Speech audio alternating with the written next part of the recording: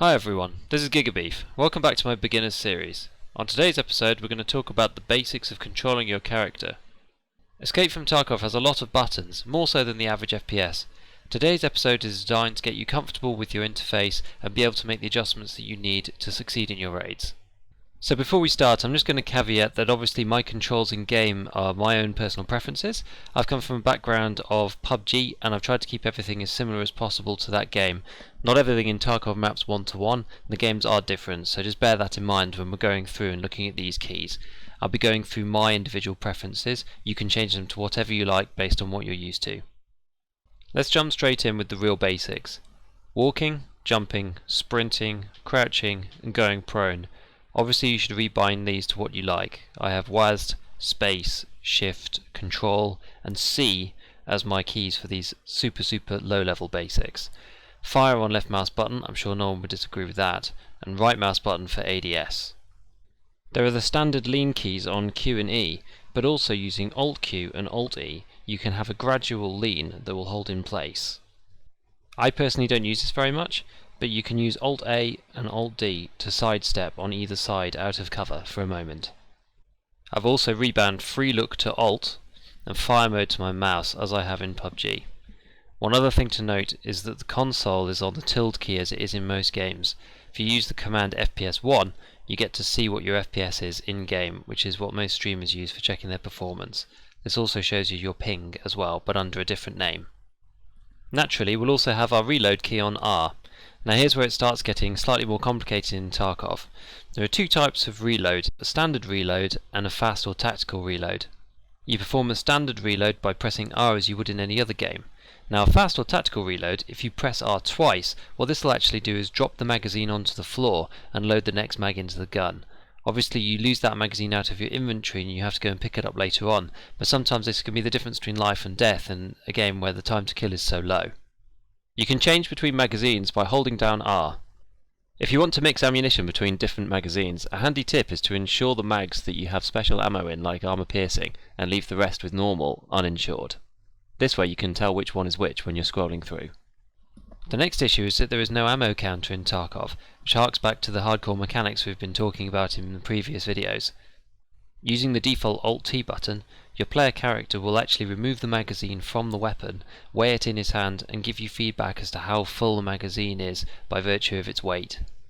This will range from full and nearly full, to half, and then less than half, and finally almost empty and empty when the magazine's completely dry. You can also check your fire mode without changing it. I like to use Alt and the fire mode button, which I've got set on my mouse. This just makes it easier for me to remember exactly what to press. There's also a button for check chamber, but I've never really found this useful in any particular situation.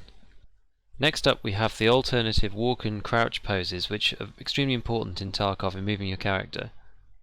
Your character can move through a whole host of different speeds, from fast walking down to very stealthy movement. The reason why this is so important is because it dramatically affects the sound that you make. Other players will be able to hear you coming much more easily if you're walking fast as opposed to creeping through the undergrowth. The sound indicator down in the bottom left gives you an idea of how loud you are whilst you're moving around. Players who are paying attention and have good headsets on are almost always going to hear you no matter what you do, even if you're going very slow. However, walking at the smallest speaker icon, scouts won't notice you until you're very close. This is quite useful in order to avoid their aggro. There is also a variable crouch in Tarkov. Given that I have my control key normally set to crouch, I think that having control and scroll mouse wheel makes the most sense for being able to adjust this on the fly. Being able to vary your crouch height allows you to customize your player character so that you can see over barriers that otherwise would be too high with the normal crouch.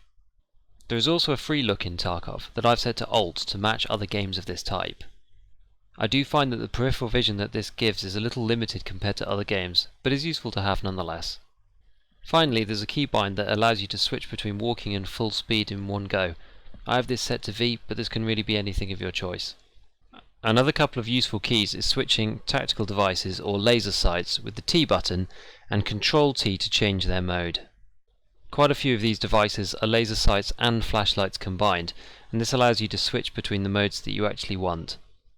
Likewise, there is a button for changing the mode on scopes.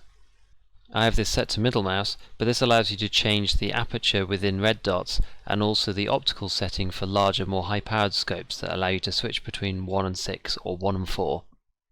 For optics, hold breath can be bound as normal. I also like to have this on my mouse. If you have two scopes, the left control and right mouse buttons can be used to switch between them. This is useful if you've got a side-mounted red dot and a larger scope on top. Finally, for the special keys that get asked about a lot, N says night vision in the control setting, but this also allows you to lift the visor for a ballistic face shield. The face shields give a grubby look to the screen, and so it's quite nice to be able to remove it when not in combat. Within the inventory itself, I like to bind the primary guns to 1, 2 and the secondary to 3. You can also bind items to the number keys if you've got them in your pockets or your vest. Just hover over the item in question, press the number, and then in the field you'll be able to use that without going into the inventory. This works for medicine, for food, and even grenades, to allow you to pick which one you want to throw.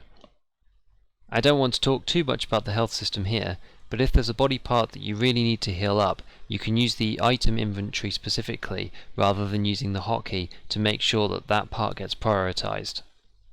When using meds on the hotkeys, it's useful to remember the order of priority that the game uses. It firstly tries to heal status effects, and then the lowest health limbs afterwards. In this clip I'm badly damaged from a fight with another PMC. I use the car twice first, and those both go on healing the bleeds on one arm and then the other. My meds then prioritise the lowest health limbs and unfortunately leave the thorax right until last. Arguably this would be the piece that I would want to heal first, because it would mean that I could die if I take any more damage to it.